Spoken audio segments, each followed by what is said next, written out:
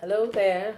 Greetings to you, and glad to be hosting this event at this point. Speaking is Maureen Musi. I am currently a student with the Peace Lecturer Training Peace Lecturer Training Education Program, hosted and run by the IWPG, which is the International Women's Peace Group, currently being hosted and founded in South Korea. I am glad to be coming to you with this summary of the ninth lesson, which is talking about the necessity of AWPL and the enactment of the International Law for Peace. And in this, we want to be able to look at an introduction, which is helping us to identify instruments that had been in existence to the cessation of war and peaceful coexistence, how those tools have evolved over the years, how they have failed, and what is innovative and what can be creative that can foster this peace we are looking for globally. As part of the introduction, I want to call our attention to some of the lessons which we've learned, understanding that peace is not something that is new in the humankind to seek for. We've been seeking peace for over a long period of time. And if we could record it as far back as the 1900s, after the breakout of the First World War, which ended up with the League of Nations coming up as an instrument or as a tool to see if we could be able to have peaceful coexistence among countries and even within countries and all of that.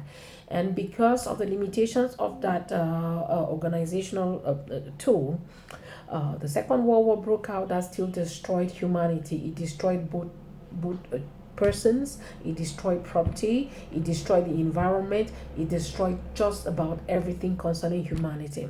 And at the end of that war, the next organization after the League of Nations was the United Nations organization that came up as another instrument to help see how they could resolve issues around conflict while trying to maintain peaceful coexistence between states and all. And in this United Nations organizations, there were also laws, international laws that try to help people to live in peace within their boundaries, within their territorial boundaries.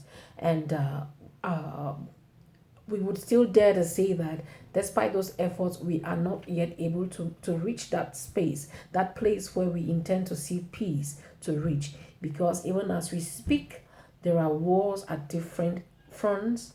We have terrorist attacks. We have civil wars. We have Gulf War. Other wars have come to play even after the Second World War, and that is to indicate to us that there are still limitations to the international laws which were created then.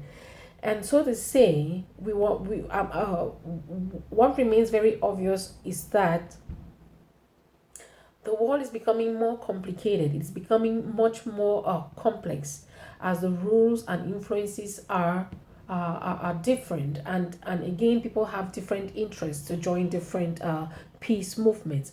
Most often times than not, it is for either self-interest, or it is for one to just be to have an ally that in times of trouble they could run to for support.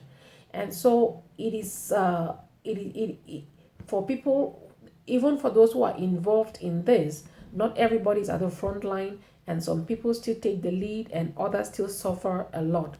And so in these international laws, there are lots of issues that we must be able to consider to see that the human interest remains at the center of it.